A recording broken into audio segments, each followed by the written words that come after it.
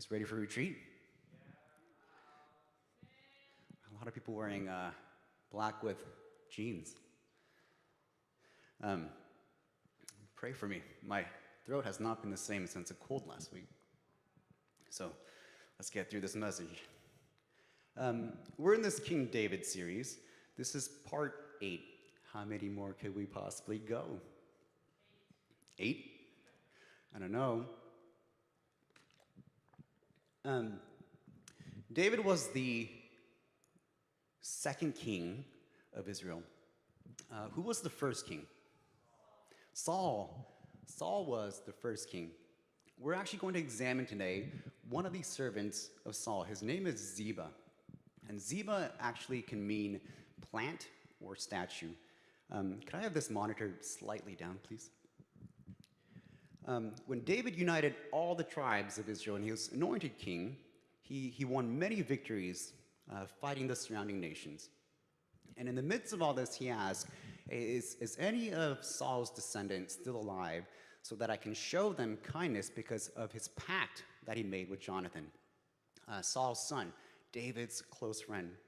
Ziba is the one that informs David, actually, there's this guy named Mephibosheth. That's quite a name. Mephibosheth is still alive. So David brings Mephibosheth out of nowhere, and he brings him to the capital, and he gets to sit at the king's table. And he charges Ziba and Ziba's son and all his servants, you guys are to farm Saul's land. He gives it all to Mephibosheth, that land. But this guy is crippled in both feet. So David says, Ziba, your sons and all your servants, you are to farm that land to support your master. And he responds, yes, my lord the king, I am your servant, and I will do all that you have commanded. Well, he certainly answers like a servant. Saul is gone. He acknowledges who the king is. Saul's gone, so he says he's going to serve David as his ultimate master. And he was once Saul's servant, so now he obeys David's order to serve Mephibosheth. And some time passes after this arrangement. But what happens next is very tragic. Absalom, David's son, creates a rebellion against David. And now David is on the run. He has to escape Jerusalem. And on his escape, he crosses across, he encounters none other than Ziba again. Ziba is waiting with 2 donkeys, bread, raisins, fruit, wine. David says, well, what are these for? And Ziba replies, well, this is for you and your people. All the supplies, donkeys to ride, food to eat, wine for those who are tired. And of course, David is on the run and Ziba shows up. But Ziba, being Mephibosheth's servant, David can't help but ask, where is Mephibosheth, Saul's grandson? He stayed in Jerusalem, Ziba replied. He said, today I will get back the kingdom of my grandfather Saul. David says, in that case, I give you everything Mephibosheth owns. Ziba replies, I bow before you. May I always be pleasing to you, my lord the king. Ziba comes to David's aid. But I can't help wonder, is his intentions truly clear? What's really in his heart? Did Mephibosheth, Jonathan's son, really betray David? He made a pact with his father, Jonathan. He came from a place of nowhere, Lo-debar, a place of nothing, no word. The man was crippled in both feet. And thanks to David, he got to sit at the king's table to eat with the king. He went from nothing to living like royalty. And now that David was on the run, did he really think that he was the one that was going to take over the kingdom? I mean, with his disability, he had to rely on other people. And due to Absalom's plot, Israel was rallying against this handsome man, Absalom. Did Mephibosheth really think he could fight Absalom and gain the kingdom? And isn't what Ziba said suspicious? David is on the run. There's actually no way for him to go back and confirm, is this true or not? But he also can't ignore the fact that Ziba is there, and he's giving him help.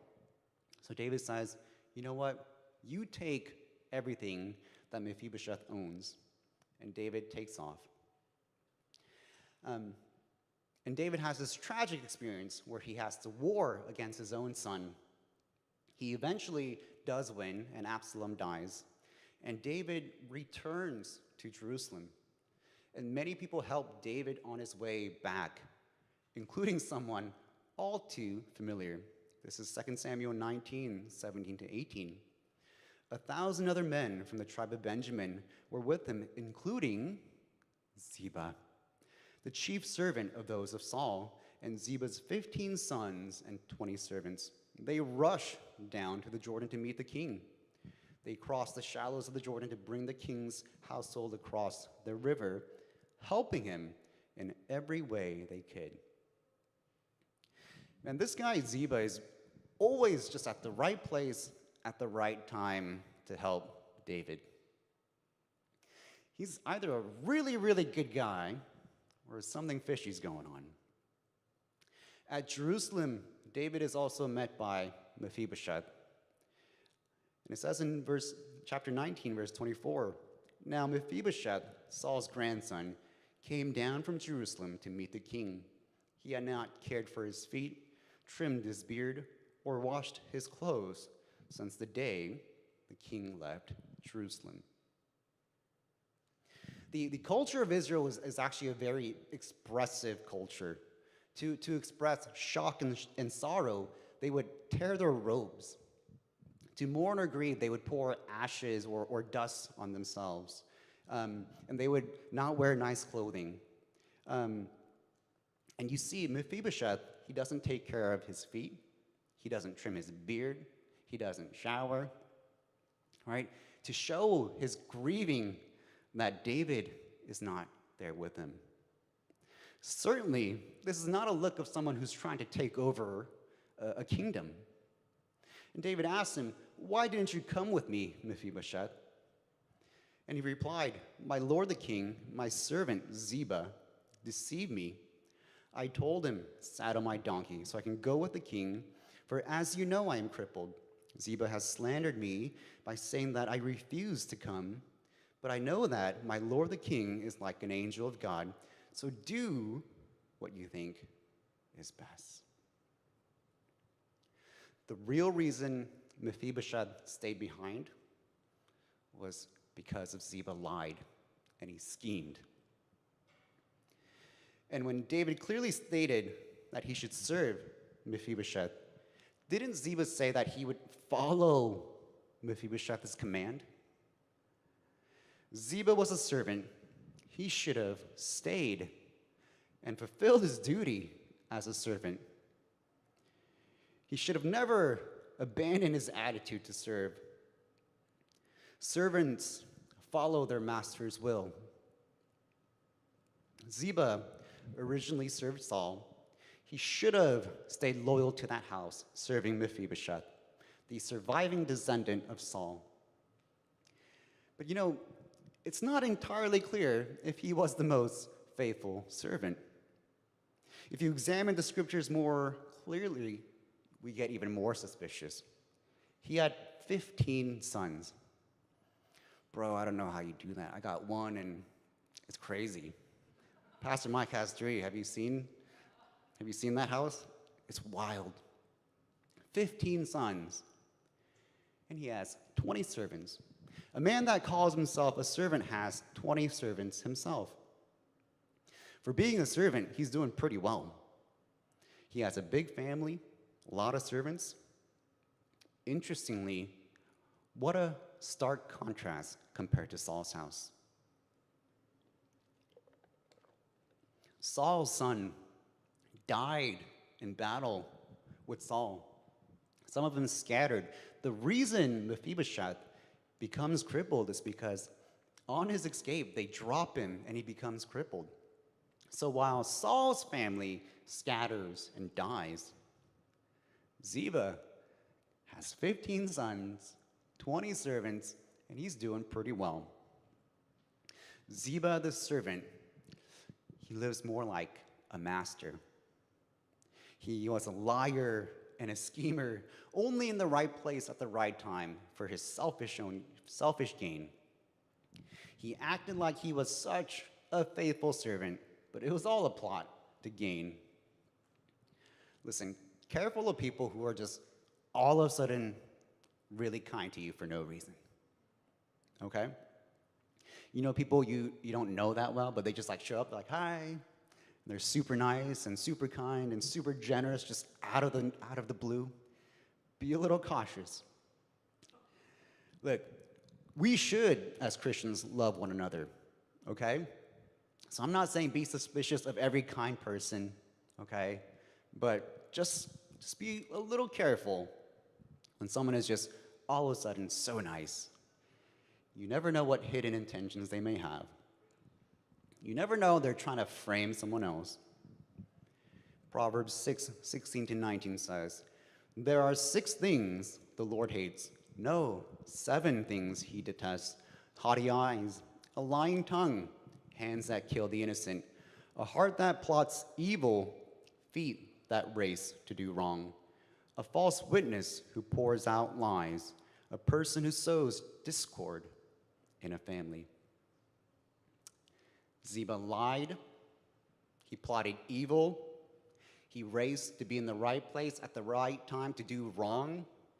And did he pour out lies, try to sow discord between David and Mephibosheth? Proverbs 16:28, "A troublemaker plants seed of strife. Gossip separates the best of friends." Is someone really good to you and nice to you, but they gossip and talk bad about others? Be especially careful of that person, okay? Ziba was a servant, but he stepped out of his role as servant. He sought power, personal gain. He manipulated David at the cost of Mephibosheth. We cannot be liars or schemers. That's not what we're called to be. Jeremiah 9:8 says, "For their tongues shoot lies like poisoned arrows. They speak friendly words to their neighbors while scheming in their hearts to kill them." In Ephesians 4:25, "So stop." Everyone say, "Stop." Telling lies. One more time. So stop telling lies. Let us tell our neighbors the truth, for we are all parts of the same body. Ziba said to David, "I am your servant." Interestingly, Mephibosheth also says he is the servant of David. If we look at the original Hebrew text and the word-for-word translation, it says in 2 Samuel 19:26, this is the ESV. He answered, "My lord, O king, my servant," that's Ziba, "deceived me, for your servant said to him, I will saddle a donkey for myself, that I may ride on it and go with the king, for your servant is lame." He says, "I'm your servant." 2 people against each other, both saying that they serve the king. It's so hard to know sometimes who's loyal and who's a liar. When David sees Mephibosheth again, what's surprising is that he doesn't give fair judgment. See, once he realized Ziba lied, don't you think he should have gave back all the property that belonged to Mephibosheth? But he says, no, just divide it in half. It's unfair. It's not justice. Once he knew Ziba tricked David, he should have returned all of it. And maybe it was still a reward because Ziba did help David, even though the intentions behind his help was selfish. But it's interesting how Mephibosheth responds in 2 Samuel 19:30. Let him take everything now that my lord the king has returned home safely. It's unfair. It's his to begin with. But he says, what good is this land if I don't have you, my king? He says, give it all back. Mephibosheth was in a place of nowhere. It was by David's grace that he was brought to the capital. It was by David's grace that he got to eat at the king's table. Regardless of the judgment rendered, he's prepared to take it, even though if it means death. Shouldn't this be the attitude of a servant? Isn't this how we're supposed to serve God?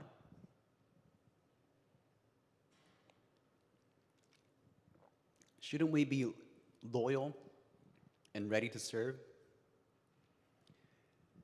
Even when he doesn't give us what we want? Loyal and ready, not just when he gives, but when he also takes away. Even when the answer to your prayer is no, shouldn't we still serve and be loyal? Even when we get no credit, no reward, isn't that what it means to have a heart to serve? Ziba's name means plant. She should have just stayed planted right where he was, being a faithful servant.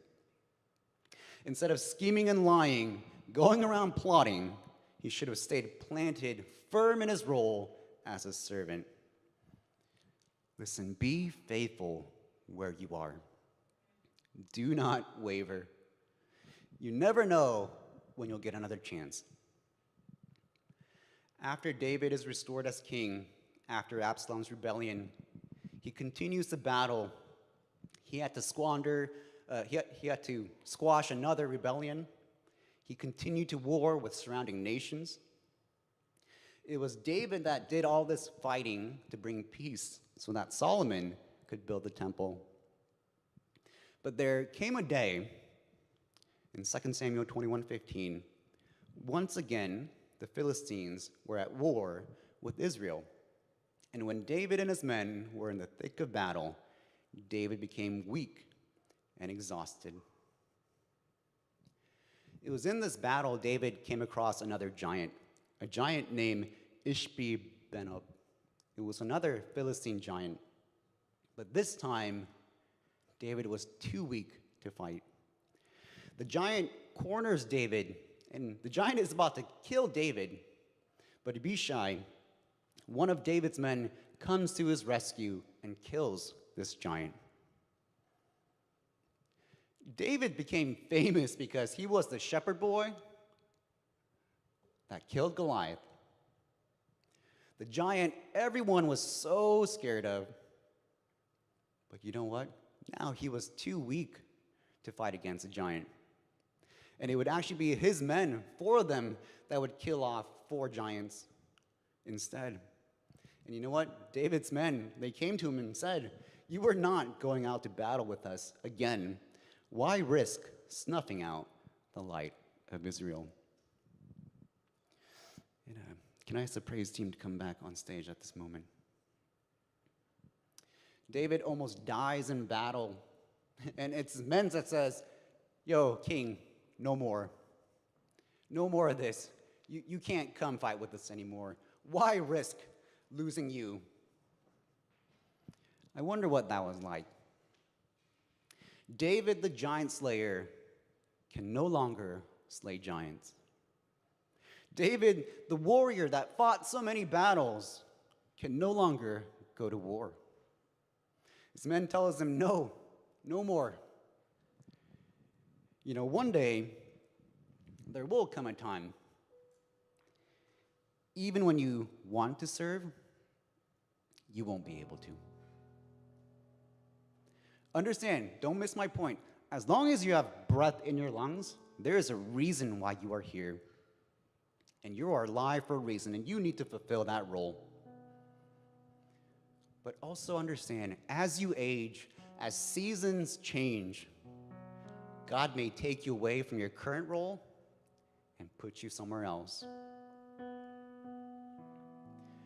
And you know what? When that time comes, you may not want to give up your old role, but you might not have a choice. And sometimes it's not even a matter of ability or age. Sometimes, even when you are so young and capable and full of passion, God may still say, no more. David wanted to build a temple for God. Even though his heart was in the right place, God still said no. Sometimes God says no, even though you can still keep going. Sometimes he says, yes, that is my will, but not for you, someone else. He may call someone else to fulfill your role. So while you have the chance to serve, do it with all your heart, all your strength, and all your soul. And in that process, make sure to check your heart. God does not look at the things that men look. He looks at the heart. Make sure you're not serving for selfish gain, just to receive some credit, gain some fame, a chance to redeem yourself from your past and your insecurities and past pain.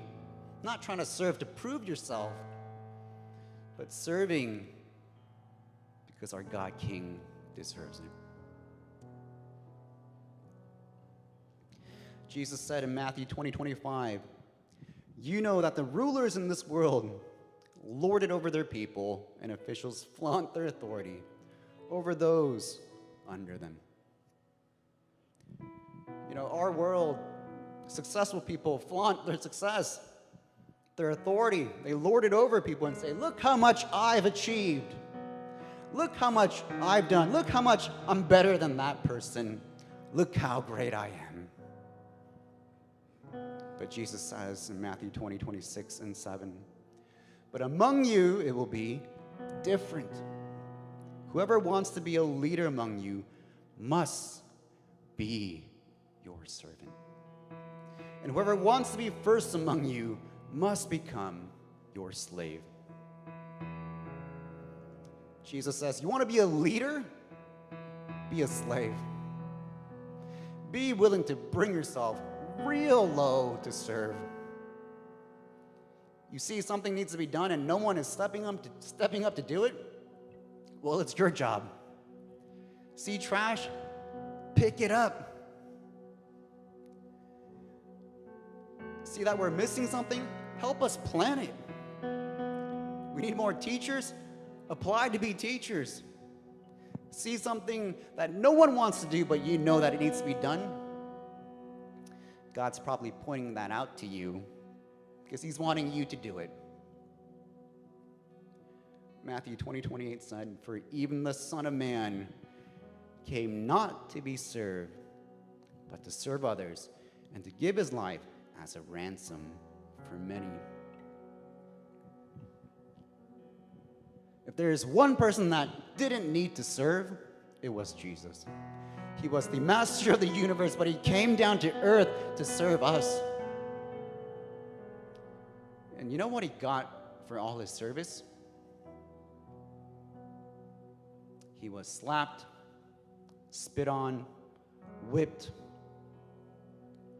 had to go through torturous pain, thorns in his head, carry the cross until he could not carry it anymore, and he was nailed on the cross, sacrificing his all, and quite frankly, for people that do not deserve it. That's how Jesus served. And that's how we should serve. That's how we should serve God. That's how we need to serve others. That's how we need to serve in this church. We cannot forget that heart of service. So I want to challenge you today. If you serve, where is your heart? Is it in the right place? If not, ask the Holy Spirit to help. And if you're not serving, why don't you ask God? God, point something out. What am I supposed to? How can I serve you? How can I serve your community? How can I serve this church? How can I serve this world? Ask the Holy Spirit to help you. Let's be a church that has a true heart to serve one another. Let's pray.